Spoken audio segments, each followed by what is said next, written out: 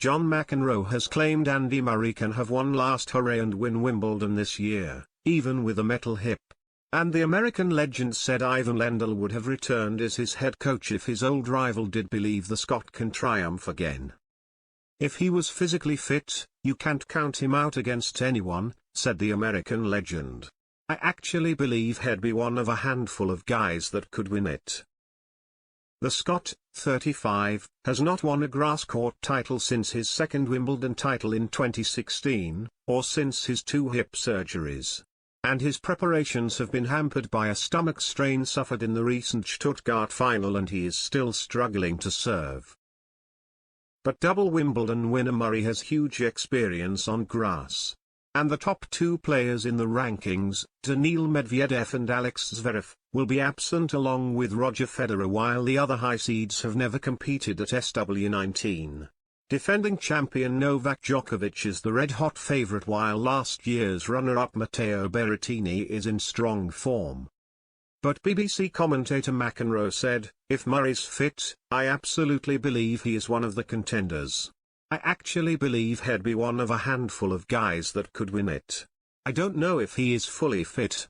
Maybe he doesn't even know that. But he's got loads of experience.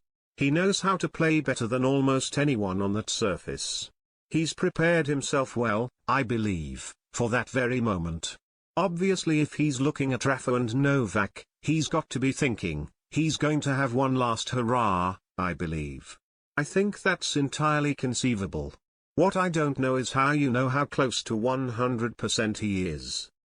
Honestly, if he's at 90% of the level of what he was, I think he'd beat all but like 4 to 6 people, if he was 90%. If he's 100%, which is hard to believe that he is, but let's just say he's close to that, he could do anything. He could also lose early because deep down how much does he believe, believe he can do it? How far back is he? These are the things to which we don't know the answers. He may not know the answer to them. So it's sort of exciting because it puts him back in the mix, which I think he deserves. Lendl started a 3rd stint as Murray's coach in March after leading him to 3 Grand Slams, 2 Olympic golds and world number 1 in their first 2 times together. I saw Ivan recently, said Super Brat, now 63. I don't think he'd do it if he didn't believe Andy could win one. I honestly don't believe he would be part of this. So I think that sends some type of message as well. And I'm hopeful that he can do it. That would be a hell of a story. Murray is currently ranked world number 51 and will not be seeded in Friday's draw. He will need the luck of the draw, McEnroe added. Maybe he could get lucky and he plays the 32nd seed and he drops into a place that actually would benefit him. Of course he runs the risk that he plays Djokovic playing the first round. I don't think anyone wants to see that. But whatever happens, McEnroe insists Murray should be valued as a national treasure. I think sometimes we forget that he's been in 11 Grand Slam finals and won 3 of them, and he was number 1 in the world at one point, ranking ahead of these other legends, he added. So I know it has to be tough for him in a lot of ways to watch these guys continue to amass records where he basically couldn't play at all. I'm not a doctor. I'm amazed that he's moving as well as he is.